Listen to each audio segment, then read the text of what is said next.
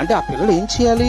మంచి ప్రవర్తన గలవారై ఉండి తమ తల్లిదండ్రులకు గౌరవాన్ని తెచ్చిపెట్టాలి. ఈరోజు మనం నిజంగా వెలకట్టలేనటువంటి రుణంతో కొనబడినటువంటి మనం ఆ యేసుకు మనం ఏం చేస్తున్నాం చెప్పండి? మన యజమానికి మనం గౌరవం తెస్తున్నావా, లేకపోతే అవమానం మిగులుస్తున్నావా చెప్పండి? అవమానం మిగులుస్తున్నామండి. నిజంగా చూడండి, మీరు ఒక్కసారి ఆలోచించుకోండి. ఎందుకంటే నేను చెప్పాను అనుకోండి బాగోదు. ఎందుకంటే నాకు కొన్ని తెలియవండి, కొన్ని తెలిసినా సరే బయటికి చెప్పడానికి అవ్వదు.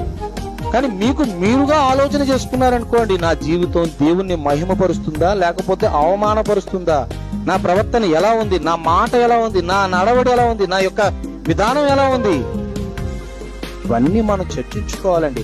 మనలను విడుదల కలిగించినటువంటి ఆ తండ్రికి, ఆ దేవునికి, ఆ యజమానికి మనం గౌరవాన్ని నిలబెట్టాలా లేదండి? నిలబెట్టాలి.